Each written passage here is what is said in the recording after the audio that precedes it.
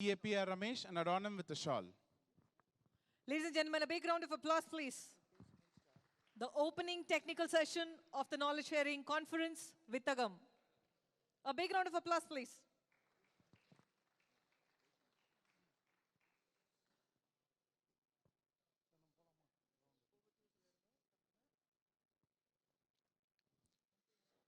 Sir, the session is over to you.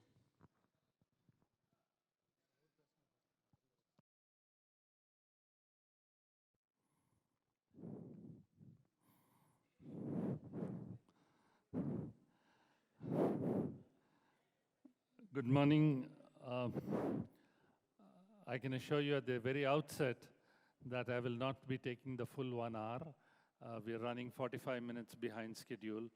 So I will curtail this session and try and focus on the very important parts of it. Let me begin by welcoming President C.A. Jambusaria, past presidents Balakrishnan, and our SOS, Son of Soil, Namma GR, Central Council members present here, Regional Council members, fellow Chartered Accountants, ladies and gentlemen. The topic given to me is about interplay between Schedule 3, CARO 2020, and Ind AS. I don't know whether there is so much of interplay as much as there are serious challenges. My PPT will come up and then it's come up already. Okay. So over the years, we've all been experiencing change without doubt. But this time, particularly in the area of auditing, you're seeing transformational changes. So significant are those changes that it leaves a feeling as to whether audit is the most riskiest service to be performed. Never before have we faced such momentous changes. CARO 2020 is one of them. And I can tell you when you go through CARO 2020, and I'll take you through some of the highlights of CARO 2020, it is very potent. The obligations are extremely onerous, and audit, the level of risk in conducting an audit is taken to an exponential level, not just dramatic change. And that is something which is, we have to live with it. And the President spoke of expectation gap. He mentioned that in expectation gap, we have to educate the regulators. But here is where the expectation gap is sought to be narrowed by the regulators by introducing changes in the reporting obligations so that you're forced to carry out certain things and which meets their expectations. Because they always believe that audit is not focused on areas where it should be focused. That is one part of it. The second part, what has happened is, as you're aware, in the last few years, there have been a number of corporate collapses, very big companies collapsing, huge companies in the financial services space in India, and everybody is asking what did the auditors do? The National Financial Reporting Authority, NFRA, came up with some reports, very vitriolic reports, very, shall I say, very strong language in the reports, and virtually, castigated the audit profession for its failure to report or carry out quality audits. Given this background, here when CARO 2020 was sought to be redesigned, it had inputs from all agencies which were there. And looks like added to the woes, nothing is working in terms of slides are not moving. Okay, finally moved. This is not working, but doesn't matter. So if you go back to CARO, the history, pardon me, I think we'll have to live with this. I think I may have to point to that side. So they can help you change the slides. Pardon? They can help you change the slides. You can just go on. Oh, I see. can There are a just lot of instruct slides, them. so I'll do it faster. Okay. Doesn't matter. No, instead of going back, it's going front. I don't know. Anyway, let me try and see what can be done. Okay, fine. Change on to next slide, please. Go back. Back. This is not the next slide. Go back. One slide back. Yeah. Pause here. It all started in 1975, as you've seen when we had Mao Caro. Then the next change happened 13 years later. Again, when we had Mao Caro in 1988, which had 20 clauses. Thereafter, 15 years later, came Caro. You know, people, those who are Hindi speaking, called Mao Caro as Mar Khao. And then finally, when it came 2003, they said, Karo, you have no choice. But look at the gaps then, 15 years. But thereafter, it took 12 years for Caro 2015. Then immediately you had Caro 2016. You had Caro 2020. So you can see the rapidity of change which is happening. And in each of these, the changes are significant. But what were the guiding principles of this? And I think that's important to understand, because we can criticize Caro saying, why this, why not that? The question is, understand what is in the minds of regulators. What's in the minds of government? Why is it that they want? Next slide, please. You'll see from, yeah. The first thing is, whether it's Mao Caro or Caro, it focuses on matters which auditors otherwise do not focus in an audit, either because of materiality or it's genuinely not important. For instance, say physical verification of fixed assets, whether an entity has borrowed money and has defaulted, fine, he will examine it, but why does he need to report?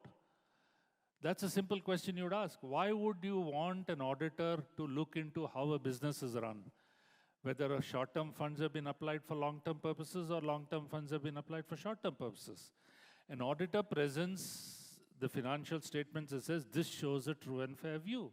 That's what's been our understanding of an audit.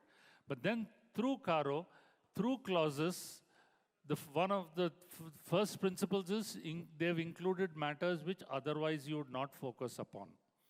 Second is, there are certain explicit procedures, assertions on procedures which have to be carried out, that you have actually verified compliance with Section 185 and 186. So they're seeking confirmation that there are certain compliances under the Companies Act, whether those have been met. The third is, there have been a lot of representations from Reserve Bank of India, industry bodies, ROCs, whole host of things. They have been factored in. But the most important things which have been included in Caro have come in from recommendations from the ROCs and others on the corporate failures. And I'll take you through some of them. Next slide, please. But just the big picture, broad analysis next. You will see, technically, if you look at clauses, there are 21 clauses. But if you break down the clauses, there are sub-clauses. There are 47 total sub-clauses, which is a huge number. You'll see only one has been removed. 11 have been modified. 2 have been brought back from earlier Caro, which were not there. 5 new clauses and 4 continuing clauses. Only 4 have been retained in the same form. Next slide. So I'll not go through this, but I'll come to the new clauses a little later. Next slide, please. Look at these sub-clauses now. You'll see in Caro 2016, just in property, plant and equipment, there are 3 sub-clauses. They've added 2. And it goes on. Next slide, just to give you the slide after that. Here you'll get the total. 21 clauses, 21 were the sub-clauses in Caro 2016. 28 sub-clauses have been added. 2 deleted. One of them is because it's being reported anyway in the main report. So we are left with 47 sub-clauses. So this is not a 21-clause report. This is a huge report, and there are some very, very potent matters. I'll take you through some of them. Next slide, please. So then there was yet another issue which we were all facing, we were all asking the fundamental question, why do you want the auditors to report? Where is the responsibility of the company to report first? An auditor's job is to verify and confirm the correctness. His job is not to collect data in present. The data has to be presented by the management in the financial statements, and auditor has to confirm. Thankfully, finally, the government has heard that and reproduced many of the requirements of CARO into Schedule 3. So that the Schedule 3 accounts in compliance with Schedule 3 are approved by the directors, go through the audit committee and others involved in the process. And finally, the auditor not only verifies the data which is given in Schedule 3, the same data flows into CARO. And if you'll see the first one, you'll see a number of items here where it is already included again in Schedule 3. Just for example, title deeds of immovable properties, properties for which title deeds are not in the name of the company. We were always saying, why should an auditor list all that? Where is the company's obligation to list? So now that is incorporated into Schedule 3 and also reproduced. The second change which has happened is in CARO, earlier there were no formats provided. So despite the guidance note, people used to use words like generally, regular, not giving details of defaults, etc. Now those choices have been removed. And a lot of formats have come in, explicitly requiring the auditor to state on certain matters. Go on, next slide. Next slide, please. I think you can go on all this. So all of these relate to Schedule 3. This is also in your deck. Next slide, please. Go on, please. Next slide. Yeah. Now let's go on to a clause-by-clause analysis. Next slide. On some clauses, I will just tell you. Property, plant, and equipment, few changes. One, they've included intangible assets. Second, they have provided a format. But the most important change, or rather two changes, the first one is, fixed assets, particularly capital work in progress. The government found is a parking place for frauds. You incur expenditure which is not charged to the profit and loss account. It's parked in capital work in progress in projects which are never capitalized. So for the first time, they have brought in aging of capital work in progress and requires you to report on those projects, which is included in Schedule 3 if you see. The second is whether any proceedings have been initiated or are pending against the company for holding any Benami property, and whether the company has appropriately disclosed this. So this could be in the books, need not be in the books. It's brought in under, innocuously under the clause of property, plant, and equipment. This is another very potent change which is there. Next slide, please. So go on further. So for next slide. Next slide. Go on further. Here. So in the immovable property where no records are required to be maintained, further details are now being asked. Why is it not in the name of the company? What are the reasons? Is it in the name of a promoter or a related party? Next slide. Next. In the interest of time, I'm trying to come to the major items. Next slide. Go on. Further. Benami properties we have covered in a way. Inventories. In inventories, they want a quantification of the differences, anything which is greater than 10% to be reported. The second change which is there in inventories is you have to also say whether, in your opinion, the coverage and procedure of physical verification is all right. But the second change in the other change in inventories, which is very potent, please read these lines. This has been a subject matter of a lot of debate, discussion, but it is finally still there in CARO 2020. And for the interest of the audience, I'll read it out. Whether during any point of time during the year, the company has been sanctioned working capital limits in excess of 5 crores of rupees. If the company has been sanctioned working capital facilities sanctioned, not disbursed, in excess of 5 crores rupees. In aggregate, you could have it from many banks, 50 lakhs here, 1 crore there. Whether quarterly returns or statements filed by the company, which such banks and financial institutions are in agreement with the books of account. Earlier, there was no such requirement. Auditors did not focus on what the company did with its bankers. What returns it filed with its bankers, the auditor was not concerned. Auditor was concerned as to whether the inventory, as reported in the financial statements on 31st of March, was correct. He did not really care for whether the inventory on 30th of September was all right. If it is an unlisted company, he didn't even bother. Now, all of us are required to verify the returns filed with the bank quarterly, map it with the books, and see whether it matches with the books. Because in the course of discussions, a number of cases were thrown up. Companies have been reporting inventories of, let's say, 100 crores and turnover of 10 crores up to 28th of March. And suddenly on 31st of March, the inventory drops down from 100 crores to 15 crores with no significant increase in turnover. I mean, the quarterly returns had, these are the allegations that the quarterly returns had no relevance to the books of accounts. And of course, as professionals, we all expressed the challenges in trying to do this work. The challenges of books of accounts not having the cutoffs. And people were filing quarterly returns on odd dates.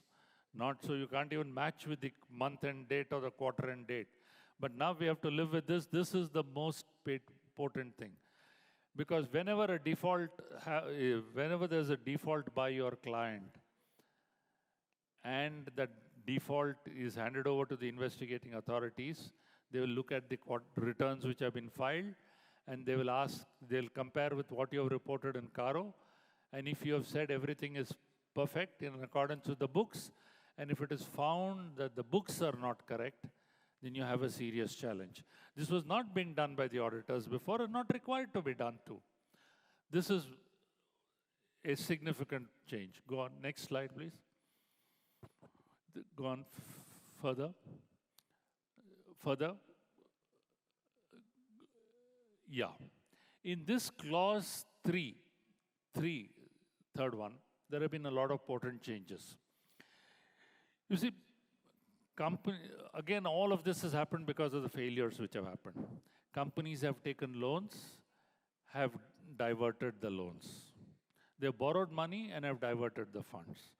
They've used own funds and given it as ICDs, etc. They have further invested into downstream entities, and the end use is not visible or lost. There have been serious issues, particularly in group companies. And that is why in this Caro, there are very, very onerous reporting obligations. And I'll just point out some of them, and you'll realize as to how much the auditor's risk has changed. The first clause A is about whether the company has provided loans. They've added a new term, which was there earlier in Caro, advances in the nature of loans. So supposing a supplier supplies you raw material of, let's say, 1 crore, and you give him an advance of 10 crores, obviously it's 9 crores is an advance in the nature of a loan. You can't say it is advance for supplies. So that's come back into it. So there is a reporting obligation. It also talks of, next slide please. Retain this. Whether investments made, guarantees provided, security given, and the terms and conditions of the grant of all loans and advances in the nature of loans and guarantees are not prejudicial to the interests of the company. This is the most important thing. You are required to sit in judgment as to whether the transaction is prejudicial to the interests of the company. This is there in the Companies Act. But you are sitting in judgment on proprietary matters. If a company lends to a loss-making subsidiary, this question has been raised by regulators. Why did they pump good money after bad? How is it in the interests of the parent company shareholders? Isn't it diversion of funds? Continuously this question will be asked. If the company gives a loan, let's say you are a multi-product company.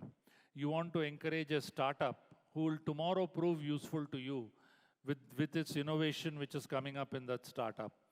And you lend some seed capital there. And if that startup, and startups, burn a lot of money, and if that startup makes losses, you'll be asked this question: how do you believe it is not prejudicial to the interests of the company? So every loan, every investment, every guarantee, you will have to examine and opine as to whether it is or it is not prejudicial to the interests of the company. Extremely difficult, and with the advantage of hindsight, anybody can challenge your judgment. Next slide. Then it is about, you see, item E, whether loans or advances in the nature of loans have fallen due and they have been extended or renewed, and fresh loans given to repay earlier loans, that evergreening term. You're now required to go through all those loans which are given and confirm about evergreening. And if loans are repayable on demand without or no period specified, on repayment you have to give details, including loans granted to promoters. Next slide, please. Go ahead. Next slide, next slide. So in the area of loans and advances, these are the significant changes. Go on. So they've incorporated those in Schedule 3 too. Yeah, stop here, please. This 185, 186 compliance was there earlier too. Next slide. Go ahead, next slide. Sorry, can you go back one slide? Look at this item which is there in Schedule 3. About transactions which struck off companies. The government has noticed many cases where companies have had transactions with companies which have been struck off. How can that happen? And all of these accounts have been certified by auditors. So now they want the auditors to say whether there is any transaction with a struck off company. This is something which we have invited upon ourselves. And they want the name of the struck off company, nature of transactions, balance outstanding, relationship with the company, etc. to be disclosed. Have you ever heard of this in the last few years? Next. Next. Deposits, nothing much. Next. Cost records has been there before too. Statutory liabilities, deposit, no change except adding the words GST. Go ahead. Next. Next. Stop here. This clause which I'll read out the clause for your benefit. Whether any transactions not recorded in the books of account have been surrendered or disclosed as income during the year in tax assessments under the Income Tax Act, and if so, whether previously unrecorded income has been properly recorded in the books. What is the background here?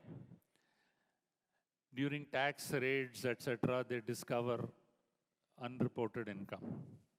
Fine.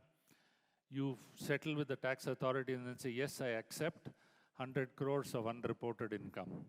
You pay whatever tax liability, maybe if it's 60%, pay 60 crores. As far as the tax department is concerned, the matter is over, settled. But from an accounting perspective, what is the issue? 100 crores of income was not reported. Therefore, it means 100 crores of assets were also not reported on a double entry system. What they are saying is bring that 100 crores back into the books. Bring that 100 crores of asset back into the books and 100 crores of income back into the books. That is, from now on, an obligation of the auditors to ensure. If during tax assessments completed during the year, if your client has accepted undisclosed income, it means unrecorded income, and that unrecorded income has to be brought back into the books through an accounting entry, including that asset wherever that asset is. And then all the issues of asset get triggered, whether it is Benami property, not, all the other actions will get triggered as a result of it. Go ahead, next one. There's one, whether companies are declared a willful defaulter. Term loans, item C. This has come back into Caro, whether term loans were applied for the purposes for which the loans were obtained. That is end use, checking of purpose. So look at how an auditor has to now focus on all the financial transactions. Has it been applied for that purpose? Often it's very difficult for you to determine what the purpose is or relate the cash flows. Then it goes on, I'll just summarize it for you. It arose because of some of the large financial services entities which had failed, had this. They raise money from a banker as loan at the parent level, invest in a subsidiary by way of equity. So what happens if the subsidiary goes bust, that loan goes bust, but that is not visible from the financial statements. Or they have provided guarantees, etc., to entities, downstream entities, for loans taken by them. So there is an obligation on the parent also as a result of it. All of this is not very clearly visible. So now they want all of that to be reported. Have you taken money? Have you borrowed money to lend to another entity? Have you borrowed money to invest in another entity? Have you given a guarantee by pledging securities of another entity? Whole host of purpose, in terms of determining intent. And whether those have been defaulted. Next slide, please. Go on, next. Go on, next. Carry on, please. Further. Short-term funds taken for long-term purposes. Leave it at this. Okay.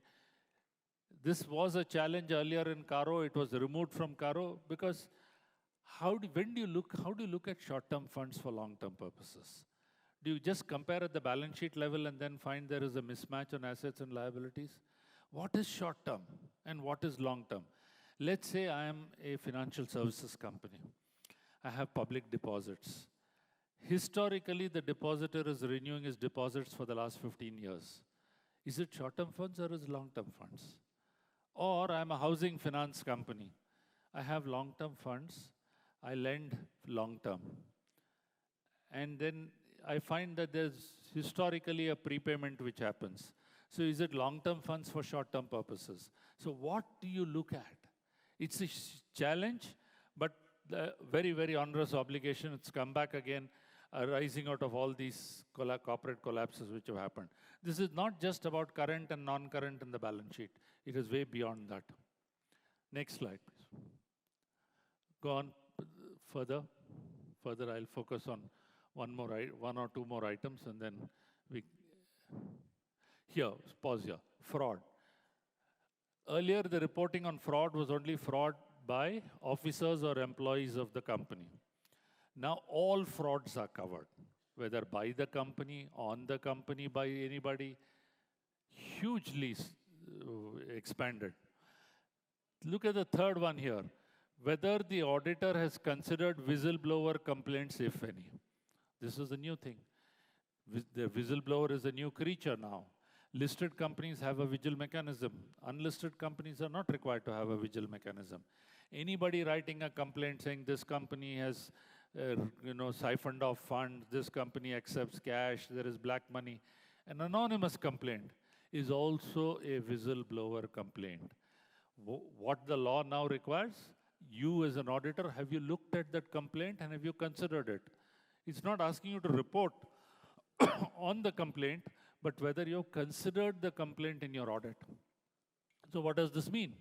You have to ask your clients, please give me a list of all the anonymous and identified person complaints which have been received about allegations on employees, could be management, could be promoters, could be anybody. And then you factor in, is that legitimate, not legitimate? Does it impact the books or does not impact the books? Huge issues are here.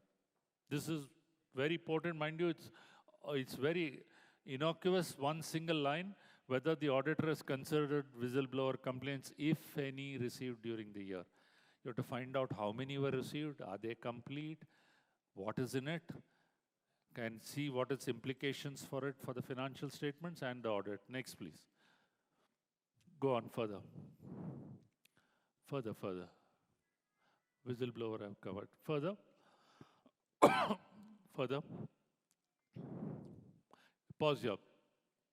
On internal audit, it now requires you to consider internal audit reports. Earlier, you were required only to report on whether internal audit was adequate in relation to the size and nature of the company. You're now to say, I have looked at the internal audit reports. Well, if the internal audit has said, here are all the internal control failures, then you can't give a clean report on internal control. You have an obligation. So automatically, therefore, it means you have to ask, what were the internal audit reports issued during the year? Go through each one of them and see what implications does it have on your audit work and your audit opinion. Next. Go ahead. Go ahead. Further. No further. All the ROC ones.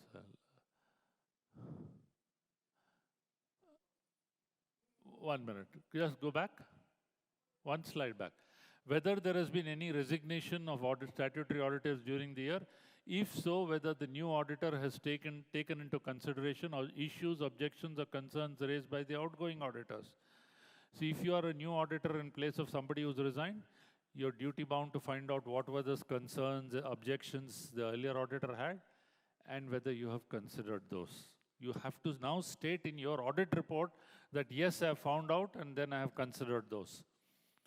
Next. Pause here. Go back. This is. I'll read out this. This, some say, is perhaps the most difficult thing, because you're suddenly asked to opine on the future. You become a soothsayer in a way. And look at how it is worded. On the basis of financial ratios, that means you must look at all the financial ratios. Now Schedule 3 has prescribed a set of financial ratios. Aging, expected dates of aging of debtors, creditors, etc. Expected dates of realization of financial assets and payment of financial liabilities. Other information accompanying the financial statements could be director's report, could be other reports. The auditor's knowledge of the board of directors and management plans, because you go through minutes, you have knowledge of the board of directors and management plans. Whether the auditor is of the opinion, whether the auditor, which is you and me, is of the opinion that no material uncertainty exists at the date of the report, that the company is capable of meeting its liabilities within a period of 1 year from the balance sheet date.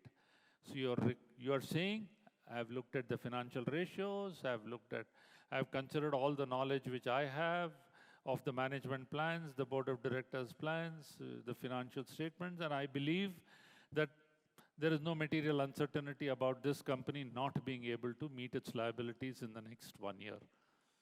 Isn't this a hugely, and God forbid, if it fails in meeting its obligations in the next 1 year, regulators highly likely will use hindsight to judge foresight. This is perhaps the last one of them.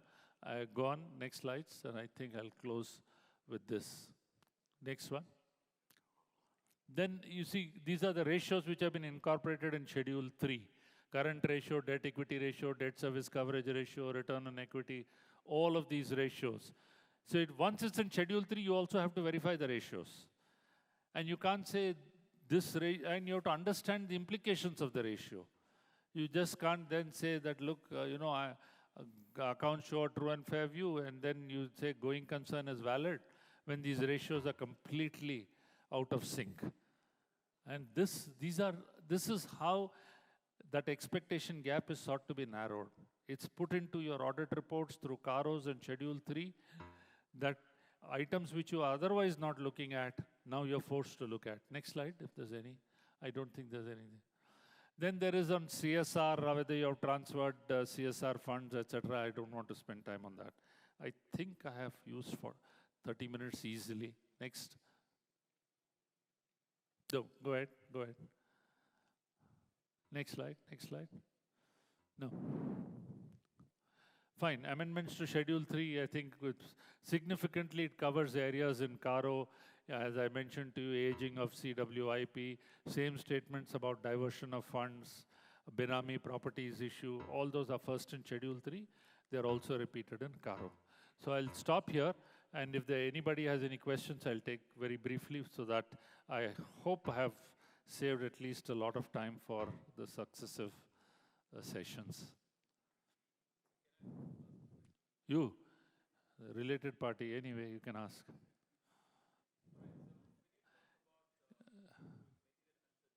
So just a moment, we'll pass the mic. No, it's okay. I'll repeat his question if it's a challenge. He wants me to speak about material uncertainty.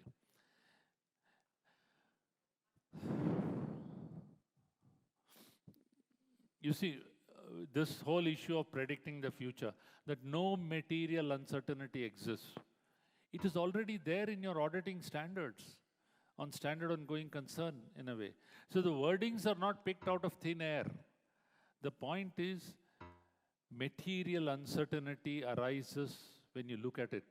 When you look at saying the liabilities which are maturing, and you look at the assets which are maturing, and there are no, management may say it has plans to raise money, and given a situation where capital markets are weak or the credit rating is pathetic, there is a material uncertainty. Somebody can't just say that, look, I will raise money to meet this gap. That's one illustration of material uncertainty. So let me rephrase where I'm coming on the material uncertainty. You've got the solvency ratio that you talked about, all of that. You've got? Solvency ratios, the Yeah, liquidity yeah. ratios. We also talked about the aging of all of these, Sure. receivables and all of that. Typically, a company which deals with government companies, generally monies are not received. Now, looking at all of these, both the manner in which whether it's a debt-oriented company, whether it's an equity-led company, when you say that there is no going concern, right? When you compare with the ratios, right? That's where you say that if the variance is more than 25%, that's where you need to report. It's more judgmental. It is. Right. It is judgmental. That's exactly the point I'm making. You are supposed to have foresight. And foresight is judgmental. Foresight is the future. So you're talking about today there is no material uncertainty, or there is a material uncertainty based on all what you're seeing. Now supposing you weigh, hypothetically you don't actually, but supposing you are weighing 200 kilos, you have high BP, shall I say, lipid profile is very adverse, etc. Would I say there is no material uncertainty of Ganesh having a cardiac arrest? I will. There is a material uncertainty. So based on the data you have, you interpret the data and look into the future. It's highly possible that you may reduce the 200 kgs weight to 100. That is not near impossible though. But those are sort of statements which management will give you. Don't worry, I am raised, the banker is ready to give me loan, we've just talked.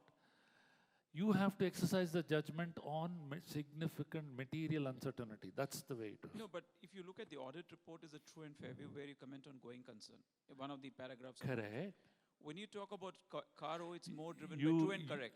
You will look at going concern and qualify going concern if the parameters indicate that it is unlikely to continue as a going concern, and though there are management plans, you are not convinced on those management plans. Today, what is the issue? Companies have collapsed and government says the auditors didn't blow a whistle. It's staring in your face. You look at those finances and say, how will the company survive? That is the material uncertainty. It is not an easy thing. It's not binary, nor is it so easy to come to that conclusion. But the fact is, you are a soothsayer. Yep. Nothing else? If nothing else, ma'am, I think. Thank you so much, sir. A total shift, a roller coaster change in the profession. It was a wonderful session covering each and every aspect. And as you rightly said, more than the interplay, it is interlock of each and every number being reported. And our responsibilities, the expectations the regulators have are terribly increasing. Caro, while it brings in a sense of fear, it equally brings in the responsibility, making us to sit erect and awakens the need to know every alphabet of Caro as we sign every alphabet of our name, vouching for the past, present, and the future. A great opening session for the two-day conference, and P.R. Ramesh sir is always the organizer's delight. His style of putting all the content in a capsule, designing it according to the capacity of the audience, etc., is unique to him. He will do all this without compromising Thank you, on sir. the content Sorry, quality. very Thank you late. so much for the wonderful session. So, ladies and gentlemen, a big round of applause. Thank you, sir. We now request CA Arjun Raj, past chairman of SARC, to kindly present a small memento to the speaker of the first technical session, CA P.R. Ramesh.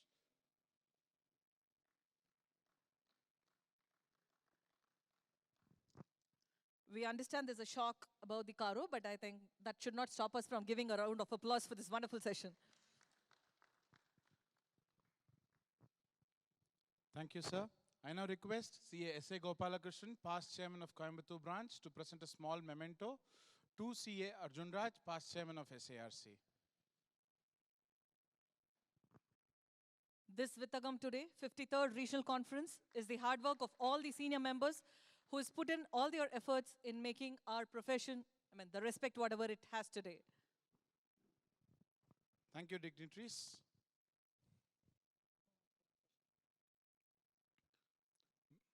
We will now move on to the next session, GST on charities, practical issues.